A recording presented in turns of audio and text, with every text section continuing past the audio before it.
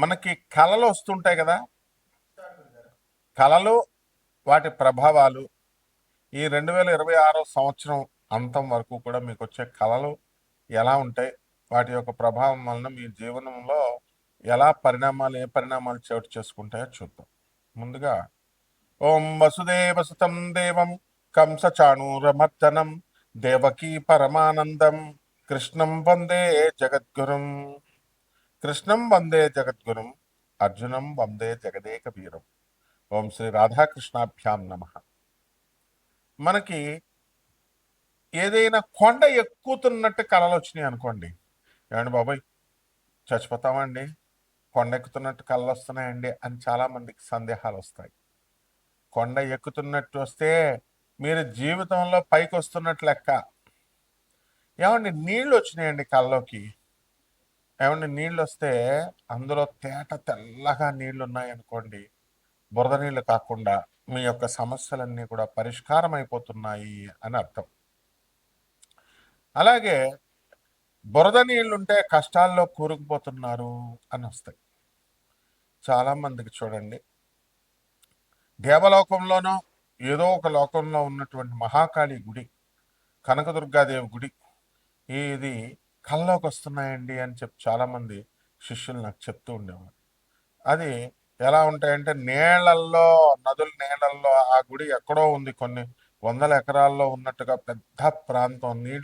నది నీళ్లు వచ్చేస్తే ఆ నది పైన తేలుతూ ఆ నది దాటుతూ ఉంటే అక్కడ కాళికాదేవి, ఆ పక్కనే దుర్గాదేవి బొమ్మలు గుడి లోపల. అద్భుతం అసలు. అలాంటి ఈ కళ దేవతలు కళ్ళలోకి వచ్చారనుకోండి నీళ్లు, మీ కష్టాలు త్వరలో పోతున్నాయి అని అర్థం. అలాగే రైలు ప్రయాణమో, విమాన ప్రయాణమో, బస్సు ప్రయాణమో వచ్చిందనుకోండి, మనకి ఇంకా టఫీమని యమధర్మరాజు దగ్గరికి ప్రయాణం చేస్తున్నట్టు ఫలితం అన్నమాట.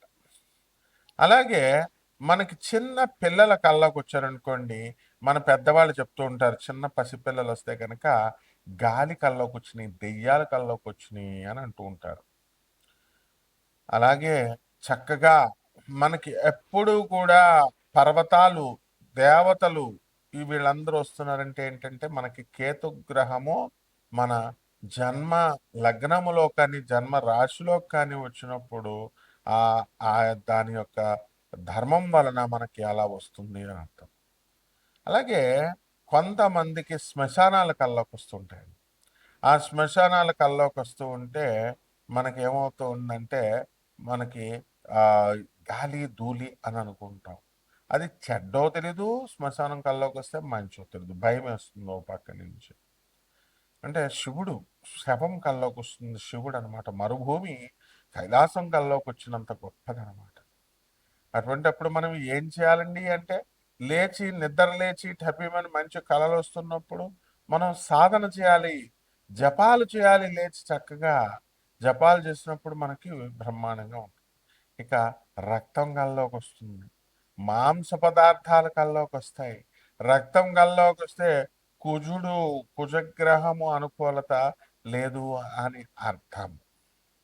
ఇక ఏదన్నా ఎవరినన్నా మర్డర్ చేసేసినట్టు కానీ, లేకపోతే చేపల్ని కోళ్ళని కోసేసినట్టు కానీ, మేకల్ని వీటిని ఇవన్నీ కూడా మన కల్లోకి వస్తే కనుక త్వరలో మనకి యాక్సిడెంట్లు జరగబోతున్నాయి, లేకపోతే కొన్ని అప్పుల బాధలు జరగబోతున్నాయి అని అర్థం అన్నమాట. అదేవిధంగా మనకి ఇంకా కళ్ళలోకి ఏమొస్తాయి, వ్యాపారం చేస్తున్నట్టు, షాపుల్లో కూర్చున్నట్టు, ఇలా మనకి అది ఉంటే యావరేజ్గా వీళ్ళు బిజినెస్ చేస్తున్నారు అని కళ్ళలోకి మనకి వచ్చినట్టు. అలాగే స్త్రీలతో రమిస్తున్నట్టు కళ్ళలోకి వస్తాయి. ఆ రమించడం అనేటటువంటి కళ చాలా మంచి కళ అన్నమాట. కాబట్టి మనకి ధన లాభము, అలాగే అశుద్ధము, మనం ఎక్స్క్రిషన్, మనము అశుద్ధ పదార్థాలు, ఆవు పేడ, మనిషి పేడ, ఇలాంటివన్నీ కూడా కళ్ళలోకి వస్తే మనిషి అశుద్ధము, ఇవన్నీ కూడా ఏమవుతాయంటే అండి మనకి త్వరలో ధనవంతులు కాబోతున్నాము. అలాగే చేపల కళ్ళలోకి వచ్చినాయి అనుకోండి, చేపల కళ్ళలోకి వస్తే ఆ చేపలు త్వరలో మనకి కష్టాలు ఈదుతున్నాము అని అర్థం. పాముల కళ్ళలోకి వస్తాయి, పాముల కళ్ళలోకి వచ్చినప్పుడు దేవతా జాతి సర్పాలు కనుక మనకి కళ్ళలోకి కనుక వచ్చినట్లయితే మనకు తప్పకుండా మనకి కష్టాల నుంచి మనం విముక్తులవుతున్నాము అని అర్థం. అయితే పాము మామూలు ఆర్డినరీ పాము కనుక కల్లోకి వస్తే ఒక దెయ్యము కల్లోకి వచ్చినట్టు, గాలి స్పిరిట్ కల్లోకి వచ్చినట్టు. కానీ అదే మనకి కాటు వేసినట్లయితే తప్పకుండా అది మనల్ని మంచి జరగబోతుంది త్వరలో అని అర్థం. ఈ విధంగా ద్వాదశ రాశుల వారికి అందరికీ కూడా 12 రాశుల వారికి ఈ నవంబర్ నెల 2025 సంవత్సరం నుంచి డిసెంబర్ 31 2026 సంవత్సరం వరకు జరిగేటటువంటి పరిణామాలు ఏ విధంగా ఉంటాయి, కలర్ రూపంలో మీకు జాతకం ఎలా ఉండబోతోంది, ఇవన్నీ కూడా మనం చెప్పడం జరుగుతుంది. మనం వరల్డ్ నెంబర్ 1 ఆస్ట్రాలజర్ కాబట్టి మన యొక్క ఫోన్ నెంబర్ కొట్టగానే మనం మన నెమ పేరు కొట్టగానే గూగుల్లో వేరే వాళ్ళు దొంగ జ్యోతిష సెంటర్లు పెట్టుకుంటున్నారు, దొంగ వెధవలు కొంతమంది వాళ్ళ ఫోన్ నెంబర్లు పెట్టుకుంటున్నారు. ఈ విధంగా ఉన్నారు కాబట్టి ఎట్టి పరిస్థితుల్లో మీరు మన అమెరికా నెంబర్కి మీరు కాల్ చేయండి. మన కార్పొరేట్ ఆఫీస్, యుఎస్ ఆఫీస్, మన గురుదేవులైనటువంటి ప్రభాత్ రంజన్ సర్కార్ గారు బాబా క్వార్టర్స్ అది. తర్వాత ఆల్ ఇండియాలో మొత్తం 300 బ్రాంచీలు, 600 సెంటర్లలో 200 దేశాల పైగా ఉన్నటువంటి ఆనంద్ మార్గ ఆశ్రమం బాబా క్వార్టర్స్ అది. దాని గురుదేవుల యొక్క అనుగ్రహము మనకి ఉంది.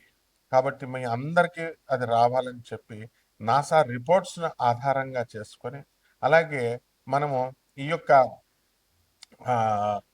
టైమ్ లైన్ ఫ్యాక్చర్ అండ్ జీపీఎస్ సిస్టమ్తో ట్రాకింగ్ చేస్తూ మనము ఈ యొక్క జాతకాలు జీపీఎస్ సిస్టమ్తో జాతకాలు చెప్పడం జరిగింది. అండ్ డిఆర్డిఎల్లో ఉన్నటువంటి జీపీఎస్ సిస్టమ్ మీద వర్క్ చేస్తున్నటువంటి వాళ్ళందరూ కూడా వాళ్ళ ప్రమోషన్స్ కోసం నాతో సేమ్ ఆ యూనిట్లో ఉన్న వాళ్ళు ఎలా మీరు ట్రాక్ చేస్తారు, ఎలా ఏ విధంగా అంటే హైలీ లీగల్ అనమాట. దాని నుంచి నాసా రిపోర్ట్స్ నుంచి వాళ్ళు ఇచ్చేటటువంటి రిపోర్ట్స్ని బట్టి ఆధారంగా వెలాసిటీ ఆఫ్ ద ప్లానెట్స్ ఇలాంటివన్నీ కొన్ని టెక్నికల్ ఫ్యాక్టర్స్, యాంగులర్ మొమెంటం ఇలాంటివన్నీ, లీనియర్ మొమెంటం ఇలాంటివన్నీ కూడా మనం తీసుకొని మనం చెప్పడం జరుగుతుంది. మోడర్న్ సైన్స్ని, ఏన్షియంట్ ఆస్ట్రాలజీని, పూర్వీకులు ఇచ్చినటువంటి జ్యోతిష శాస్త్రాన్ని మిళితం చేసి చెప్పాల్సి వస్తుంది. అద్భుతమైనటువంటి జ్యోతిష విశ్లేషణని మేము నాన్ కమర్షియల్ ఆస్పెక్ట్తో ఈ జాతకాలు అనేటటువంటి చెప్పడం జరుగుతోంది. కాబట్టి మీరు డబ్బులు ఎంతండి ఇలాంటి కంగారు పడాల్సిన పని లేదు. అనాథ పిల్లలకి సేవ చేసుకోవాలా, సాధువులకి సేవ చేసుకోవాలా, రెమెడీస్ కోసం లక్షల రూపాయలు మీరు చేయాల్సినటువంటి అవసరం లేదు.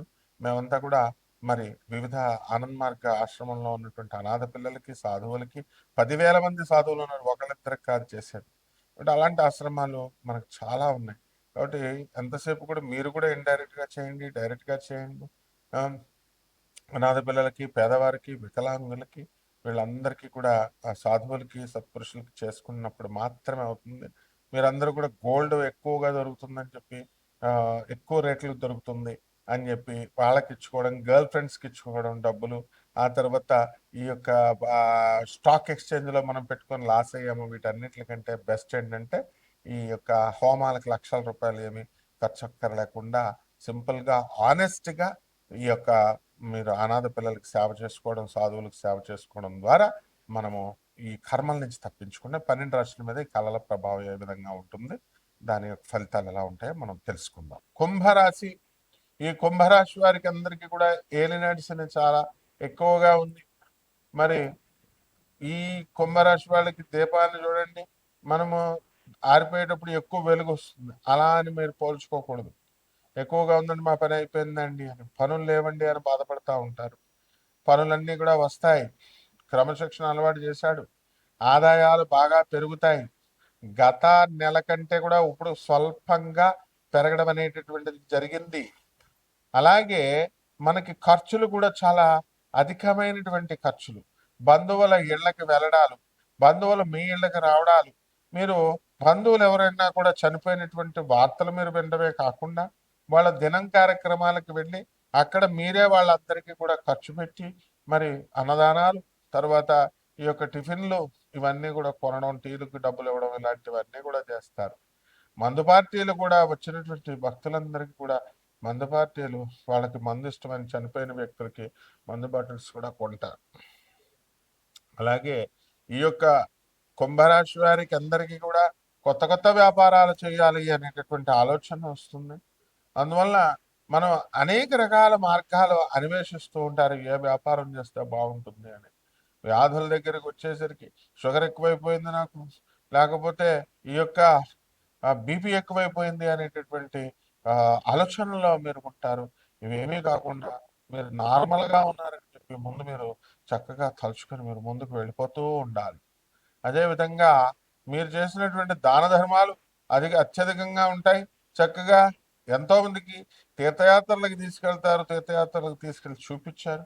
మరి తీర్థయాత్రలకు వెళదామని బయలుదేరేటటువంటి సమయంలో మరణవార్తలు వినడము అనేటటువంటి చాలా మీకు విస్మయానికి గురి చేస్తుంది. అలాగే మీ పిల్లల నుంచి మీకు సంతోషము, మీ మనవాళ్ళ నుంచి మీకు సంతోషము, ఇలా కుటుంబ పరిస్థితులన్నీ కూడా చక్కబడి ఒక చక్కటి మార్గంలో ప్రయాణం చేస్తున్నటువంటి సంతోషంలో మీరుంటారు. అలాగే తీర్థయాత్రలకు వెళతారు. మరి అరుణాచలం లాంటి యాత్రలన్నీ కూడా బస్సులు రిజర్వేషన్లు చేసుకొని మరి అరుణాచలం తీర్థయాత్రలు అత్యవసరంగా వెళ్తారు. ముందే మీకు ప్లానింగ్ ఉండదన్నమాట, అప్పటికప్పుడు వెళ్ళడం. ఈ విధంగా అలాగే పిల్లలు లేనటువంటి వాళ్ళకి పిల్లలు పుట్టడం, స్థలాలు లేనటువంటి వాళ్ళకి స్థలాలు కొనడం, రియల్ ఎస్టేట్ వ్యాపారాల్లో ఉన్నటువంటి వాళ్ళందరికీ కూడా మీకు రేట్లు దగ్గరగా, మీకు పార్టీల దగ్గరగా రావడం, కొనకపోవడం ఇలాంటివి జరుగుతాయి. అలాగే ప్రేమ వ్యవహారాల్లో నిజాయితీగా ప్రేమించేటటువంటి వాళ్ళు ఎవరైనా ఉంటే వాళ్ళ ప్రేమ వ్యవహారాలు సక్సెస్ అవుతాయి. అండ్ రెండేసి ప్రేమ వ్యవహారాలు నడిపేటటువంటి వాళ్ళు రెండు ప్రేమలో పోతాయి. ఉన్నది పోతుంది, ఉంచుకున్నది పోతుంది. కాబట్టి ఇంకేం పరిహారాలు మనం తెలుసుకుందామో చూద్దాం. ఈ రాశివారు మనకు వచ్చినటువంటి కళల్ని క్రోడీకరించిన తర్వాత రావి చెట్టు చుట్టూ తిరుగుతూ పగలు 6 గంటల సూర్యోదయం అయిన తర్వాత నుంచి మళ్ళీ సూర్యాస్తమం 5:30 లోపల మాత్రమే ఓం శనేశ్వరాయ నమః అంటూ రావి చెట్టు చుట్టూ ప్రదక్షిణ చేయాలి. మొట్టమొదటిది. ప్రతిరోజు కనుక చేసినట్లయితే రోజుకు 11 సార్లు, శనివారం నాడైతే 108 సార్లు చేయాలి. ఇకపోతే రెండవది వచ్చేసరికి మారేడాకులతో శివలింగం పైన మీరు వేసుకుంటూ ఓం నమ శివాయ అంటూ మీరు శివుడికి అభిషేకం చేసుకోవాలి. దేవాలయాలకు వెళ్లాల్సినటువంటి అవసరం లేదు. కుదిరిన వాళ్ళు వెళ్ళండి, లేని వాళ్ళు ఇంటి దగ్గర చేసుకోండి ఓం నమ శివాయ అంటూ. అలాగే ఈ యొక్క దిగంబర శ్రీపాద వల్లభ దిగంబర అంటూ గురు చరిత్ర పారాయణ చేసుకోవాలా. ఈ మంత్రాన్ని ఉచ్చరిస్తూ మీరు దత్త ప్రదక్షిణలు చేసుకోవాలి. గాణగాపురంలో ఉన్నటువంటి దత్తాత్రేయ స్వామి వారి యొక్క దర్శనం మీరు చేసుకోవాలా. ఆ గురువు యొక్క అనుగ్రహం చాలా అత్యంత ఆవశ్యకతమైనటువంటిది. అలాగే నల్ల నువ్వుల్ని కిలోంపావు, ఆ నల్లని వస్త్రాలని ఇచ్చి పేద బ్రాహ్మణులకి శనివారం నాడు ఉదయం 8 గంటలకి దానం చేసుకోవాలి. అలాగే సున్నండల్ని, మనము మినపపిండితో చేసినటువంటి సున్నండల్ని లేదా మినప రొట్టెల్ని, మినపతో సంబంధమైనటువంటి ఆ పౌడర్లన్నిటిని కూడా పేదవాళ్ళకి దానం చేయాలి. ఈ విధంగా మిరియాలని, కొంచెం ఉప్పుని తీసుకొని దేవుడి దగ్గర నైవేద్యం పెట్టి దాన్ని బలిపీఠం పైన గుళ్ళ దేవాలయంలో ఉన్నటువంటి బలిపీఠం మీద వేసేయాలి. ఈ రకమైనటువంటి ఇవన్నీ కూడా పరిహారాలు చేసుకున్నట్లయితే ఈ రాశి వారందరూ కూడా బ్రహ్మాండంగా ఉంటారు. శుభమస్తో.